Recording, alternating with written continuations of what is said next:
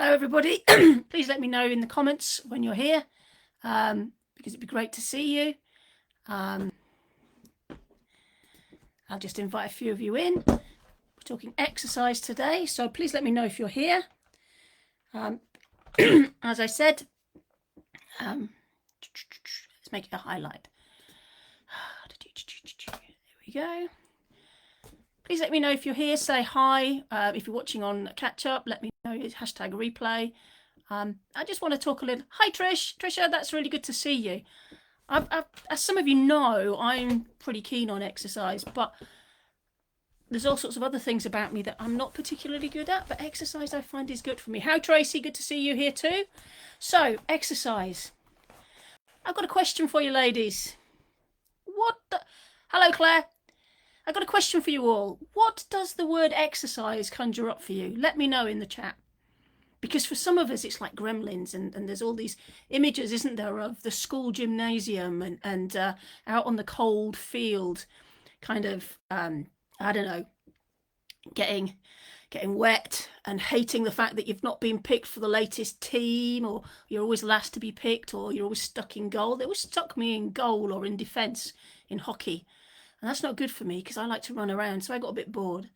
So a lot of us, our memories of exercise are attached to this thing around school, and a lot of teenage girls struggle with exercise, and there's things around body image and all sorts of things that are attached to this word exercise. So it can mean it's a little bit disconcerting for us. A stress reliever and time to myself. Now, I agree with both of those. Almost this time to myself is actually even more about just time to be out of my own head and to be in a different space, whether it's fighting with what I call the hell bike at my fitness group, and it is really a hell bike. It's horrible. It's one of these combination bike cross trainer things, and it's just hell on earth, and I hate it.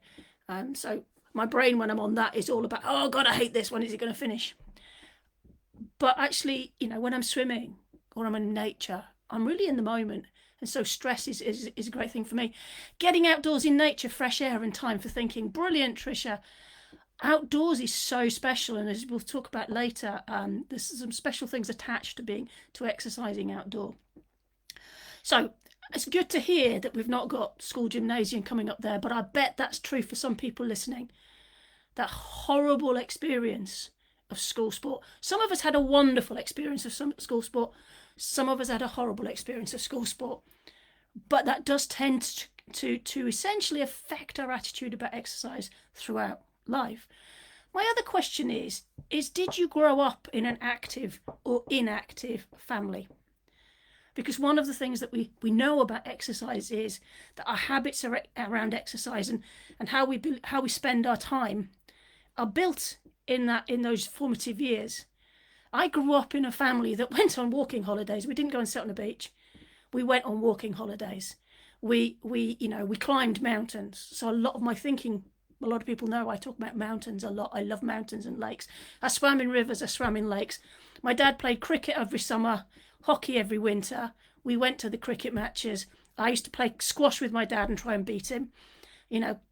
So I grew up in an active family. Exercise was part of our life. And I think that helps. Only walking, as we didn't have a car, hated being dragged up the town. I bet you did actually, because town walking is less fun than walking in nature, isn't it? There's something calming about nature. There's something stressful. Hello, Antonia. Nice to see you here. There's something really stressful. Antonia, let me know, what does the word exercise conjure up for you? Because it brings out so many different things for people. And I know that you loved your school sport. So I'm really curious about what it brings up for you. So let's move on then a little bit to, people always tell us, don't they? They say, you need to exercise. It's good to exercise. They're always telling us that. So what is it about this exercise that's magic? Well, first of all, is it magic? Well, this is where the research comes in, and this is why it gets brought in. There is so much research on exercise. Lacrosse games and fun and winning. Yes, winning. Yes, winning is an important thing. See, I wasn't so good at team games. I always wanted to win for myself, not for anybody else. Although I quite liked playing cricket and rounders.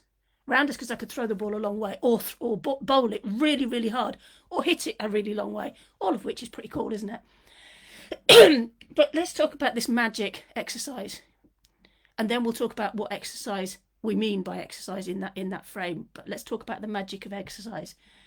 So my personal experience would play this out really, and some of the things that people are saying on here would also play it out. Mental health benefits. Exercise releases dopamine, feel-good hormone. It releases, wow, what a new admission, okay. Endorphins, reduces stress, okay. So it's good for us in the sense of it's good for our brains. It's good for the way we feel about ourselves. For me, as I said, there's all sorts of things. Competitive games release tension, release stress, believe it or not. So there's an element of whatever it is that brings you that sense of wellness, a good feeling. It can generate that. It also improves the brain. It improves our ability to think. Because it improves the blood flow, increasing brain function.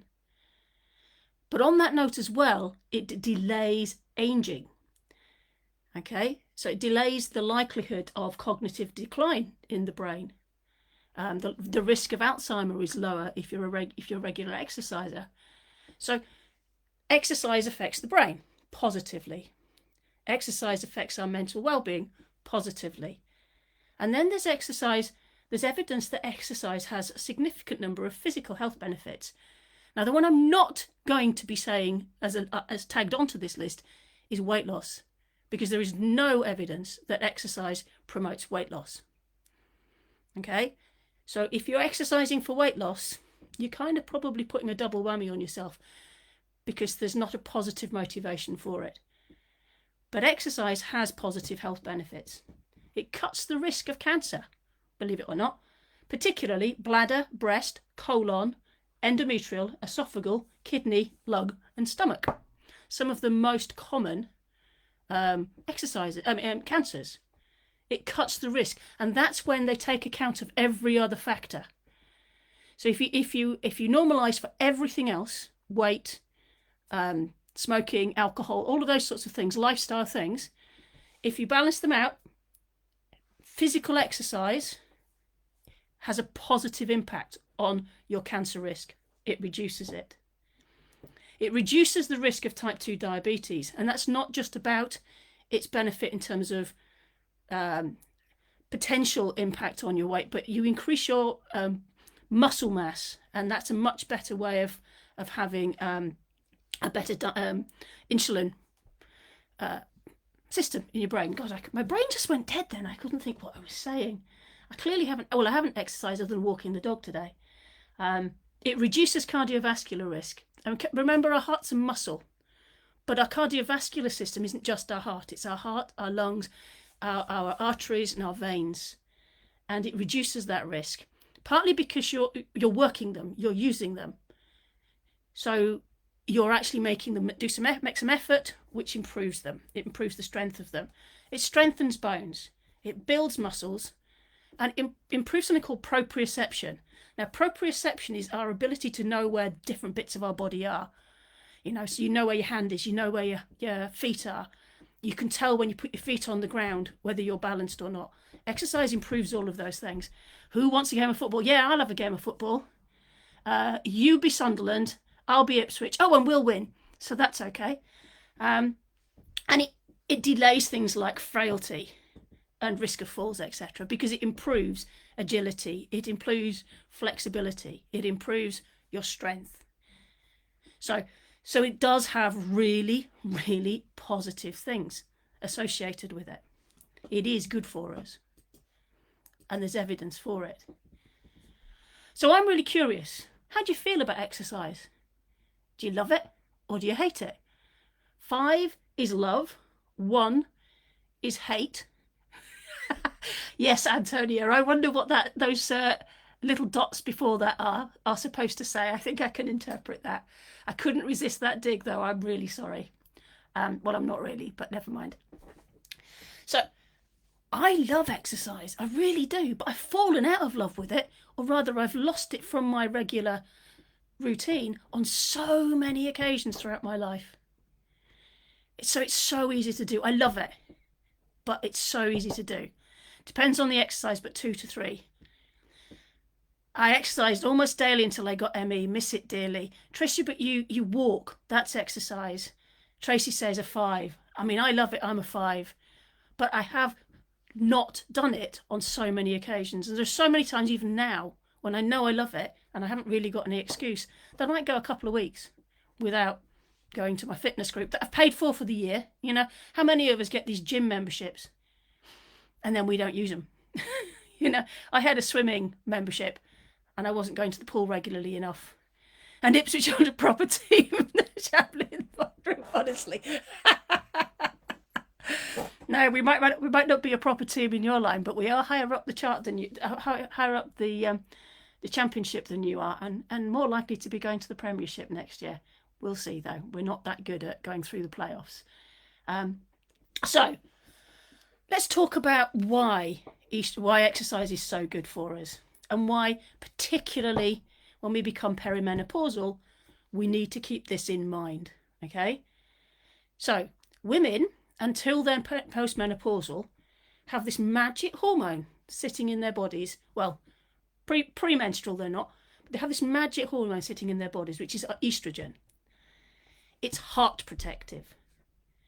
It reduces the risk of heart disease because of the estrogen that we have in our system. So once we're postmenopausal and that isn't there in that abundance, our cardiovascular risk drops to the level of men, or increases to the level of men, sorry. There are undertones of past humiliation, and I'm too unfit right now for what I used to be good at. I go through spells of aches and pains and generally not want to get out. And I think, you know, Claire, that is so familiar. You know, with what Tricia was saying around ME and what you're saying there around, you know, sort of that level of fitness gets in the way. We'll come to that, but I think that's really important to explore because, you know, I've had those things. I've had periods of time where I've spent weeks in hospital, and then, you know, and I got out of the habit of exercising for weeks on end. When I had COVID, I then didn't exercise for ages because I had a chest infection, all sorts of things. And we get ourselves into these situations where we feel unable to move. And I'll talk about my personal solutions to that and how I think people can build their own solutions to that at their own level, because it's not about a competition. Sorry, Antonia, but we're not competing with each other on this exercise front. We're competing with ourselves, but we're not competing really. We're just doing what we want to keep ourselves as healthy as we can. So without using our muscle, we lose it, because estrogen also promotes muscle regeneration. So with that, oh, I've got you, Claire, on that one as well. I'm not going to be picked on here. The Tractor Boys are winning at the moment, so there you go. I think it was 6-0 at the weekend that we won, you know. 6-0 to the Tractor Boys. 6-0 to the Tractor Boys. Okay. So when we lose the estrogen, that is why we lose muscle tone, and we start losing muscle. But we also lose bone density. And it is a case of you lose it, or you use it, or you lose it. Oh dear, yes. There's a definite undertone going on here in the chat. So regular exercise has positive benefits. So what is regular? Well, there's a lot of research out there that suggests we need about 150 minutes of moderate cardiovascular exercise a week for there to be a benefit. So if we work that out, that's about 5 days worth of walking for 30 minutes at a pace where you can hold a conversation, but your heart is beating faster than it normally would. So it's not walking as slowly as possible and hardly moving, but it is just going for a walk, even if it's a case of getting out your car earlier and walking to work that extra bit. But it's 30 minutes 5 times a week. If you can get that in, that's a tick, 30 minutes of walking. And it's not so much about the step count either. It's about the intensity, you know. If you can sing while you walk, you're probably walking too slowly because you need a little bit more breath to sing. If you can't breathe or you can't speak, apart from uttering the odd word, you're actually moving too quickly. So slow down. That will give you a kind of an assessment of the level of exercise that's needed in terms of the intensity. The interesting thing is, if we want 150 minutes of moderate, but if we do intense exercise, we only need 75 minutes.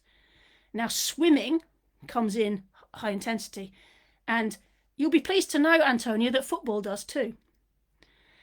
And these don't, so these are different ways that you can get exercise. And there are so many different things that, some things are high intensity, some things are moderate intensity.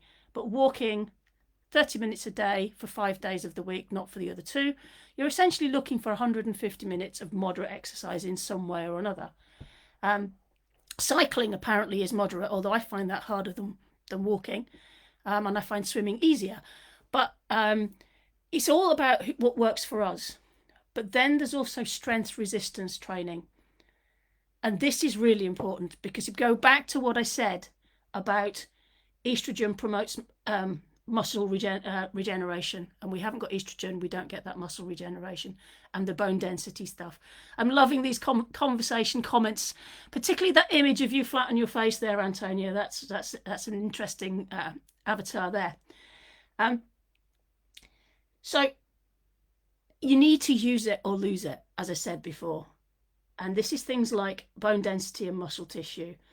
So Pilates, yoga, or weighted exercises. So when we say strength resistance training, I don't mean you have to go to the gym and you have to lift weights. Do if you want to. I love it. It's great fun lifting weights. And I have a competition all with myself and with Michaela, my gym buddy, really, who because if she manages to bench press a certain amount, I have to beat her, or at least equal her. And similarly with deadlifts. But that's between us, and it's not about what anybody else is doing. And really, it's actually about beating me and about giving myself a push. But I love it. I love weighted exercises, and I always have. But you don't have to, because, if you love gardening, you do some digging. That's weighted exercises. If you're not lucky enough to have a cleaner like I do, clean the house is not only a bit of a cardiovascular exercise, but if you're doing some sort of heavy cleaning in terms of, sort of needing to use some effort, then that's a weighted exercise. As I say, yoga, Pilates. But there are things you can also build in around that. I have another question for you, though. I want to know how flexible you are, because this is also important. 1, you're not. 5, you're very. I have the advantage of being hypermobile. I say advantage in inverted commas because as you get older, it becomes a high risk for disability, because your joints just don't have the collagen strength in our bodies decreases as we get older. And mine was already particularly loose because I'm hypermobile. But it does mean that I get up. I can get up from the floor with ease. I can touch my toes. I can, I do have a lot of flexibility. I also have a good level of balance.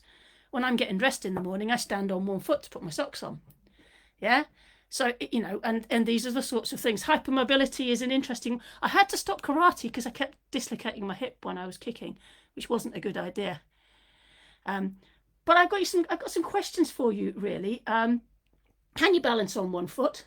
Stand from sitting without support? In other words, literally just stand up without holding on to anything to stand up, and then sit down. Can you get up off the floor with ease? Can you sit on the floor, completely flat on the floor, lie on the floor, and go from that to standing relatively easily? Can you run? Can you jump? Can you skip? Can you lift weights? Can you walk to get to places easily? These are all things that actually make our life easier. Okay, they improve the quality of our life, our agility, and it reduces the risk of falls. It reduces the risk of us becoming frail. If we have got a good balance, when we trip over something, we're less likely to fall on the floor and we're less likely to injure ourselves. If we've done, if we're using our muscles and we're using our bones, we're less likely to end up with fractures because we're less likely to have low bone density. So these are all excellent. Well done, Antonia. Yes, I'm a tick for all of those too. I can also, and the other thing is having those sort of ability to do all of those things means I can play with my grandchildren. I can throw my grandchildren in the air. I can carry them around. My 6-year-old, I mean, he sits on my shoulders. He stands on my shoulders. He climbs on top of me and I pick him up. And it's brilliant because I can do that. I can be sat on the floor with him. He can climb on my shoulders and I stand up, much to his surprise. So absolutely, Antonio. But I know you've been practicing sitting up from the seat without using anything other than your knees. So it's really important that we can do these things. Our quality of life is much better when we have these things. Our daily activities. It's easier for me to get dressed and undressed when I'm going swimming in while swimming, like I do, where you haven't got your bed to sit on. I can actually stand up and get myself dressed easily and undressed easily without falling over. And it makes life so much easier. I can reach my feet to put my socks on and pull them off. I can do these things without needing help. So it's also better for us in those sorts of ways. So this is why exercise and keeping our bodies moving, because it is use it or lose it. We need to keep our bodies moving because it's so good for us. In other words, does your agility and flexibility hinder or support your quality of life? And that's a really good question. So we're not exercising, okay? We need to get exercising, or we don't think we've got time to exercise, or we just don't like it. But we know it's important. Telling ourselves we must do it isn't the best way forward. Because I don't know about if you're like me, if I say to myself, you need to, you should, you must, what tends to happen is I don't. It doesn't have a positive impact. It has a negative impact. And it's not all about the gym. It's not all about running or hiking up mountains. You can if you want. In fact, I do all of those. But that's just me, because I'm a bit nuts. But I know people who are still running and they're in their 80s. I know people who are doing triathlons and they're in their 70s and 80s. I know people who are swimming great distances and they're in their 60s and 70s. You don't have to do all those things though. And that's the thing, it's not about that. It's not about these big things. It's about moving our bodies and building resilience within it. It's about taking care of our heart, about taking care of our brain, and connecting our heart, our head, and our body together in a way that works effectively and takes care of us. It's about reducing our cancer risk, reducing our diabetes risk, reducing our risk of cardiovascular disease. So, how do you build it into your busy day? The first question to ask yourself is, what do I like doing?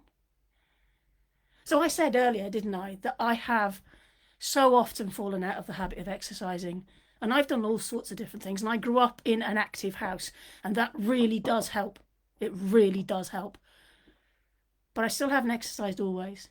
But there are two things I know I love. So they're my way in.